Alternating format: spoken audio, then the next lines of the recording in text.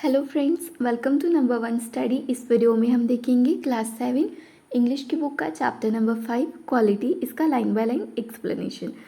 इसके पहले की वीडियो में हमने इसका आधा पार्ट कवर कर लिया था। अब इस वीडियो में इसके आगे का देखते हैं। As best I could I explain the circumstances of those ill omened boot. यहाँ पे ऑथर बोलते हैं कि जो शूज़ वो पहन कर गए थे मिस्टर गेस्लर के शॉप में, वो तो मिस्टर गेस्लर के बनाए हुए नहीं थे, है ना। तो मिस्टर गेस्लर तो जल्द ही पहचान जाते कि ये तो मेरे नहीं है, और वो बताते भी है कि आपको इस पैर का ये जो शूज़ है यहाँ पे अनकंफर्टेबल है, टच करके भी दिखाते। सभी सर्कमस्टेंसेस को एक्सप्लेन करना स्टार्ट करते कि मतलब कैसी वो सिचुएशन थी जिसमें मैंने जल्दी जल्दी में ये शूज़ खरीद लिए थे।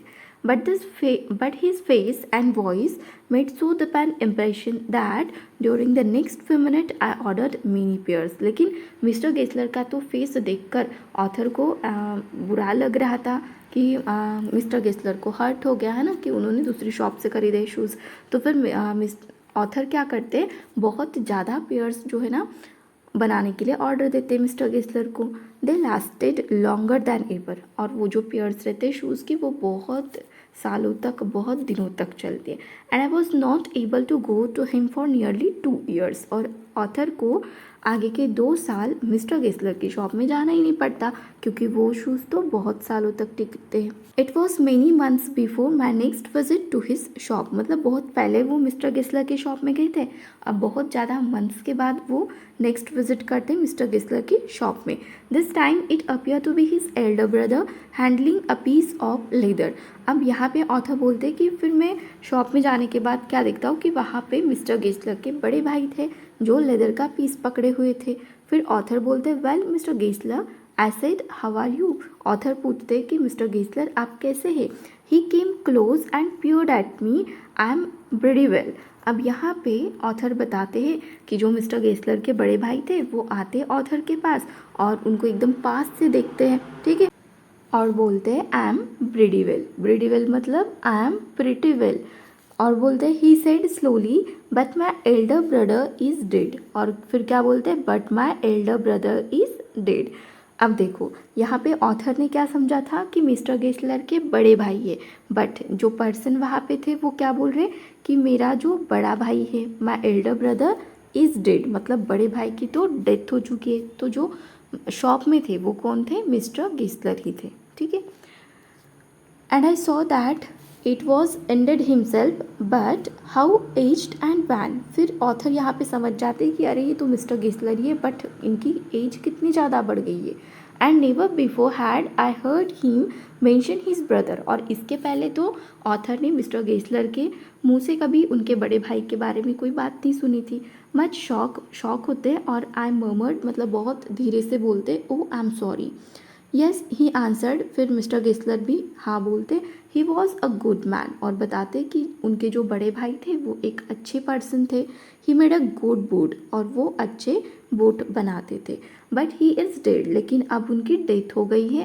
And he touch the top of his head. और फिर जो मिस्टर गेस्लर वहाँ पे खड़े रहते वो क्या करते, अपने हेड पर हाथ लगाते हैं। Where the hair had suddenly gone as thin as it had been on that of his poor brother। और जब वो अपने सर पर हाथ लगाते तो ऑथर भी देखते उनके सर पर बहुत ही कम हेयर बचे हुए रहते, जिससे कि उनके बड़े भाई के सर पे रहते। सो इसी वजह से ना ऑथर मिस्टर गेस्लर को उनके बड़े भाई समझते हैं।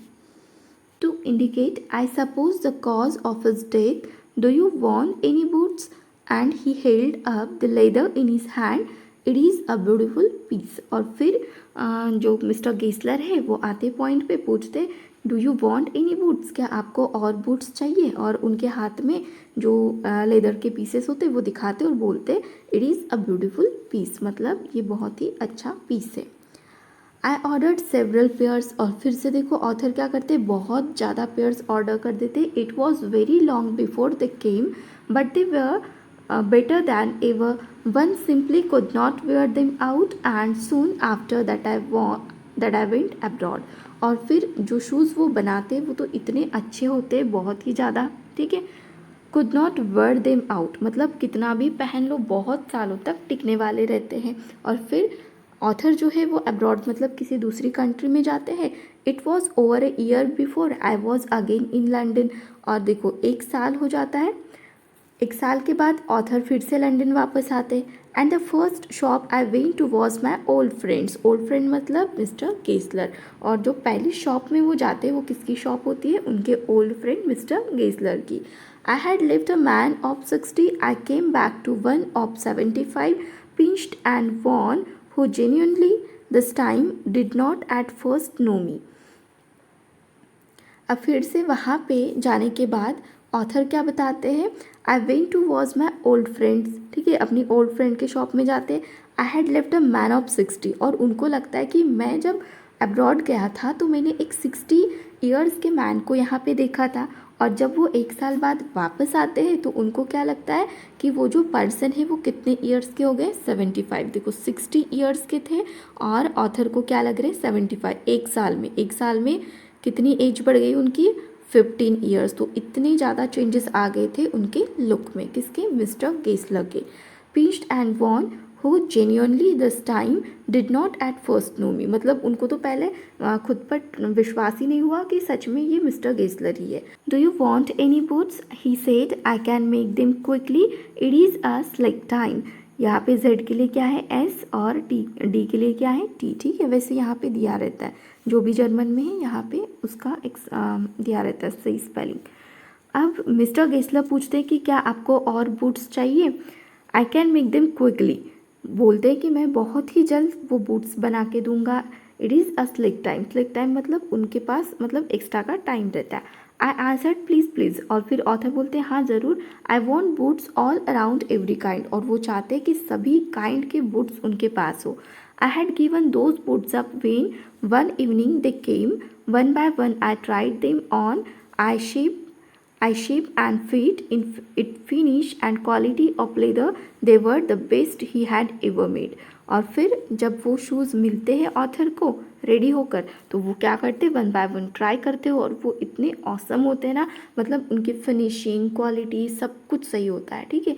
आई flew down stairs, wrote a cheque and posted it at once with my own hand. और फिर ऑथर नीचे आते हैं और क्या करते हैं, चेक लिख कर देते हैं, मतलब बिल पे करते हैं अपना। A week later, passing the little street, I thought I would go in and tell him how splendidly the new boots fitted। और फिर a week later, 1 हफ्ते के बाद जब ऑथर उनकी शॉप के पास से जा रहे होते तो वो सोचते कि चलो शॉप में जाता हूँ और मिस्टर गेस्लर को बता देता हूँ कि उन्होंने जो शूज़ बनाए थे वो कितने अच्छे हैं और कितने अच्छे से फिट भी आ रहे। But when I came to where his shop had been his name was gone. लेकिन जब ऑथर उस शॉप के पास जाते तो क्या देखते, उस शॉप पर जो नाम लिखा रहता है मिस्टर गेस्लर ब्रदर, वो तो रहता ही नहीं है। I went in very much disturb in the shop, there was a young man with an English face.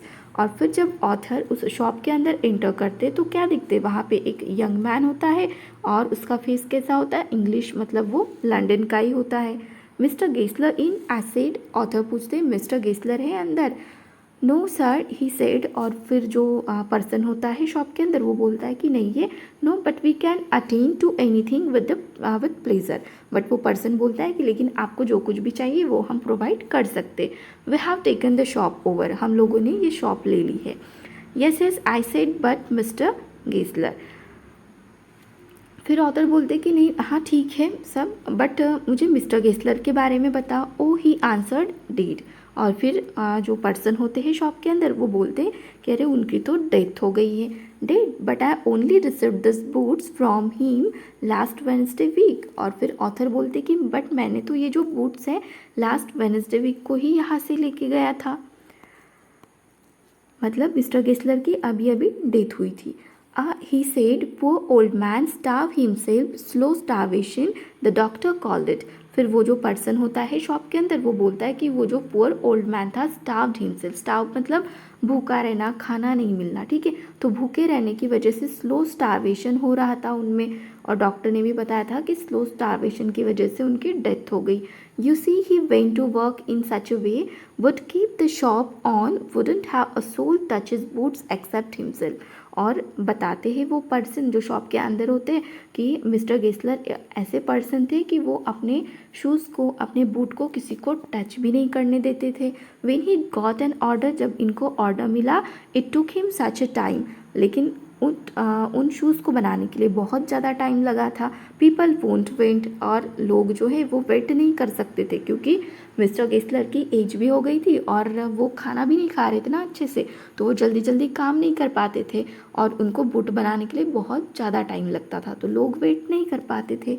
He lost everybody, तो इससे क्या हुआ कि उनके जो क्लाइंट थे एक एक करके सब उनसे चले गए। And there he had said, going on, I will say that for him not a man in London made a better boot। और फिर वो पर्सन बताते हैं कि जो ऑर्डर इन्हें लास्ट मिला था उस पर ये बहुत ही ज़्यादा हार्ड वर्क कर रहे थे, सुबह से लेकर रात तक वो बूट बनाते थे। और मुझे लगता है कि पूरे लंदन में ना मिस्टर गेस्लर के जैसे बूट कोई नहीं बना सकता। But look at the competition, लेकिन कॉम्पिटिशन को देखो।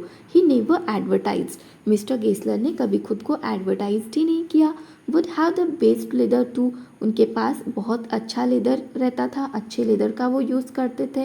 And do it all himself, और मेन बात तो ये थी कि वो खुद से बनाते थे, है ना।